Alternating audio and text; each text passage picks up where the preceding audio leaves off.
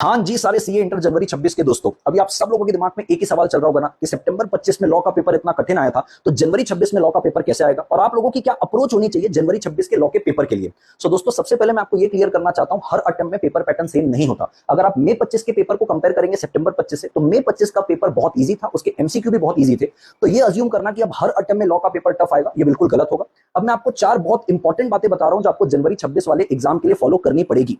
100% coverage of ICAI module. Module की हर छोटी सी बड़ी बातें आपको पता होनी चाहिए। अगर आपने खुद के समरी नोट्स बनाए हैं तो मेक श्योर उसमें मॉड्यूल की हर बातें कवर होनी चाहिए। मेरे रेगुलर स्टूडेंट चिंता ना करें, आपके कंसेप्ट बुक में सारी चीज कवर है मॉड्यूल की, और आपको क्लास पे भी सारी चीज पढ़ाई है। अगर आपको ऐसी क्रिस्प लेवल पे नोट्स चाहिए जिसपे मॉड्यूल की पूरी बातें हो लेकिन शॉर्ट पे हो, क्वेश्चंस के साथ कवर हो, तो ये मेरे टेलीग्राम का क्यूआर कोड स्कैनर है, आप स्कैन करके 7 चैप्टर के विजडम नोट्स यहां से डाउनलोड करके रख सकते हो, आपको बहुत हेल्पफुल रहेंगे।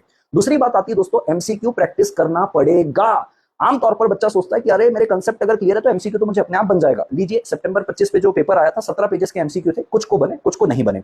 अब एमसीक्यू प्रैक्टिस करने के खुद के 5 फायदे। पहला फायदा, सबसे पहले तो आपको केस बेस्ड बड़े बड़े जो एमसीक्यू है ना उसको फटाफट रीड करने की कैपेसिटी आती है। दूसरा, प्रोविजन, इससे रिवीजन होते हैं। तीसरा, अगर आपने सही आंसर किया आपका कॉन्फिडेंस बूस्ट होता है कि मैंने लॉ सही तरीके से पढ़ा है। चौथा, गलत आंसर किया, एरिया ऑफ इंप्रूवमेंट पता चलता है। पांचवा, 30 मार्क्स का एमसीक्यू आता है भाई, आईसीआई फोकट में थोड़ी देगा, थोड़ा सा तो मॉडरेट लेवल रखेगा ही।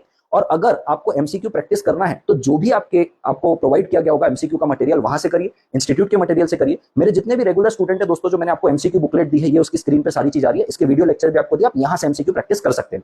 तीसरी इंपॉर्टेंट बात आती है दोस्तों, आपको एटलीस्ट 2 से 3 बार रिवीजन करना पड़ेगा ताकि प्रिपरेशन लीव में 1.5 दिन के अंदर आप पूरा का पूरा सिलेबस रिवाइज कर पाए।